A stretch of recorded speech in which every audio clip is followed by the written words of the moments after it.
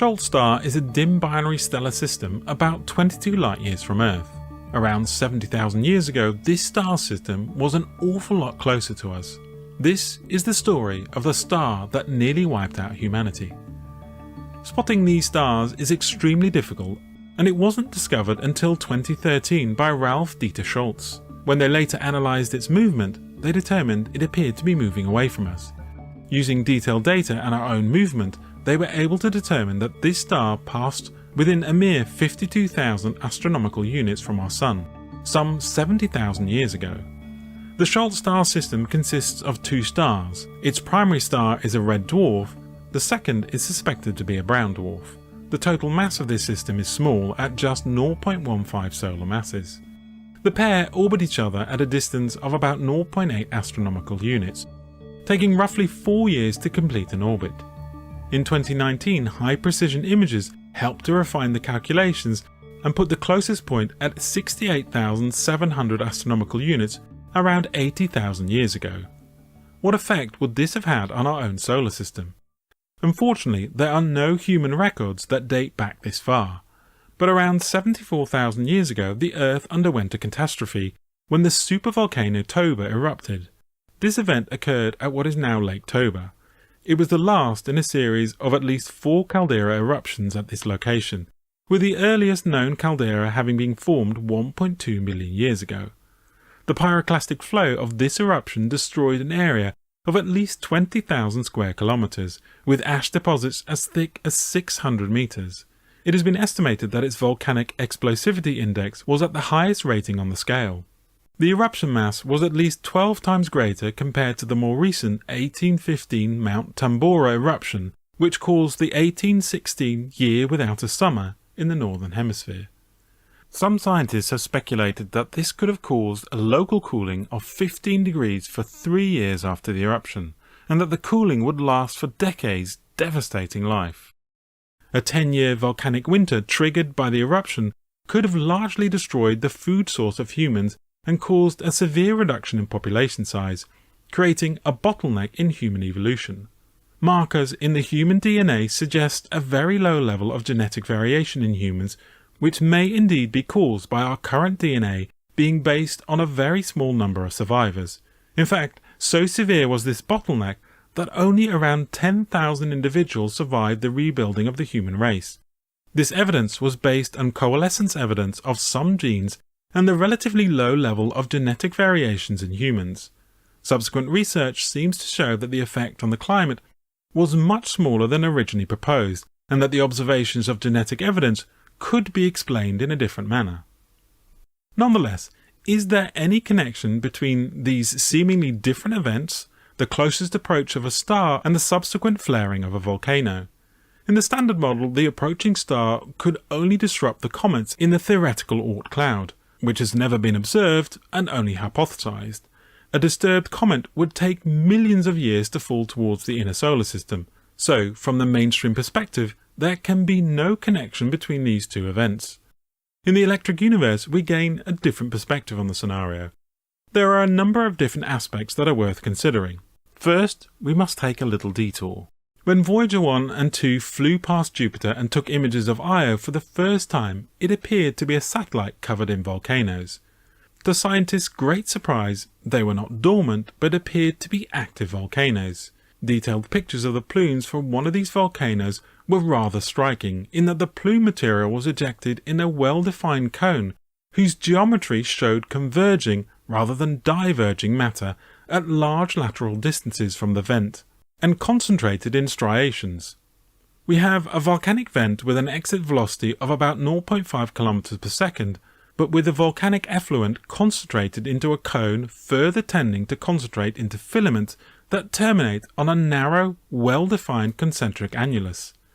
In the late 1950s and 60s, Hannes Alfvén directed a program of research on the physics of the plasma gun. One of the things that inspired him to conduct this research was to try and understand the origins of the planets and satellites. Thomas Gold was the first person to suggest that the volcanoes might have an electric origin in his paper published in the Science Journal back in 1979. Nearly 10 years later, both Peratt and Dessler would combine their knowledge of plasma experiments an understanding of the Jovian system to come up with a radically different model of what might be causing and driving the eruptions. Plasma in Jupiter's magnetosphere injected from Io creates what is called an Io plasma torus. This flows past Io with a speed of 57 km per second. This, coupled with a magnetic field around Jupiter, means that the voltage induced across Io would therefore be around 400 kilovolts. They have also managed to observe approximately 10 to the power of 6 amps flowing out of Io. It would therefore seem plausible that the current would tend to concentrate in the volcanic plumes, which would give the current easy access to the highly conductive molten interior of Io. Peratt and Dessler proposed that the crust, consisting of sulfur and frozen sulfur dioxide, would be a relatively poor conductor, meaning that the current would be directed into the volcanic vents. If we assume that the available power is equally divided between the 4 largest volcanic plumes, we have about 10 to the power of 11 watts of continuous power available for each volcanic plume arc. This is roughly equal to the kinetic energy flux of the material issuing from the volcanic events. A small fraction of this power can account for the faint auroral glow reported by Cook in 1981. One question that is worth considering is why is the surface of Io covered in sulfur when all other Jovian moons are ice moons? If these electric discharges are occurring, then it is highly likely that the transmutation of elements is occurring. Io has the same icy nature beneath its surface sulfur. Water is dissociated into hydrogen and oxygen. The oxygen could be transmuted into sulfur.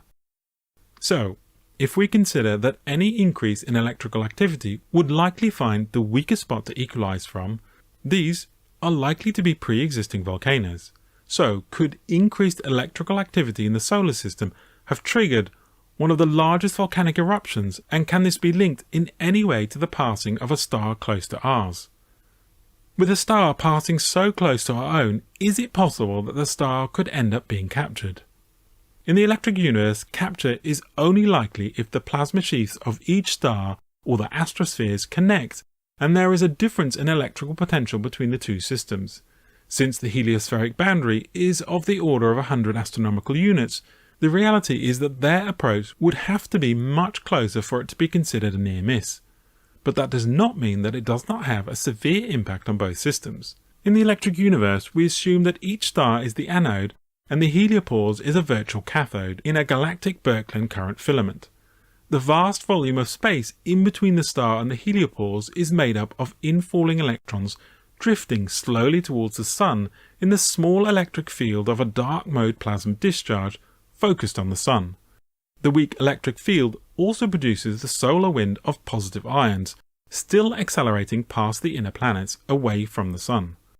Overall, the system has a net positive charge, constantly attracting new electrons from outside the heliopause. If another star system approaches our solar system, even at a significant distance from the edge of the heliopause, they will start to exert a repulsive force on each other. As the force will be equal and opposite for both systems, this could cause a small but significant change to the rotation of the Sun around what is called the barycenter as they end up being deflected away from each other. There is a possible link to the Sun's motion around the barycenter and many long-range changes on the Sun. This could be due to the alterations in the position of the incoming Birkeland current relative to the Sun. We know that the activity of the Sun seems to be linked to activity on other planets, so could a dramatic change trigger changes on the planets in the solar system? Another aspect to consider is the polarization of both star systems. If we consider that we have both free-moving positive ions and electrons within the heliopause, then as one star system approaches the other, at some point the distances between these two systems is close enough for the electrons in one system to become attracted towards the other star. If we also assume that it is difficult for the electrons to cross back over the virtual cathode, and if we consider that the electrons have less mass, this means that they are more readily moved. As our Sun has a greater mass compared to Scholz's system, is it likely that it therefore has a greater overall positive charge and is able to pull the electrons towards it? At the same time, this would create a net negative space charge at the front end of the Scholz star system, repelling electrons away from the Sun side and creating a net positive space charge. This rebalancing of the initial charges during the flyby would have a ripple effect throughout the solar system, impacting almost every planet either by causing an increased solar wind directed towards the Schultz star system or an increased electron flux on the other side. Could this lead to changes in the local currents flowing in and out of planets, leading to more electrical activity throughout the crust? What if the charge on the Sun was strong enough on the closest approach to rip electrons out of the Schultz system? Could this in turn trigger changes in the planetary current system on any planet that would be in the firing line of this? Or would it initiate short-term increased activity on the Sun, which as before might be linked to increased activity on the planets? There is much to consider in terms of the interaction of two star systems with each other and the ripple effect that this might have within each system.